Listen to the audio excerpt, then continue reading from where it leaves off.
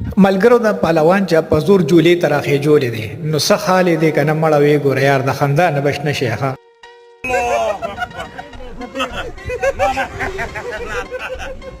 الله اکبر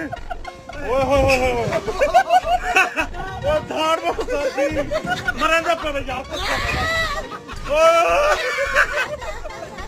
لا لا لا لا لا لا لا لا لا لا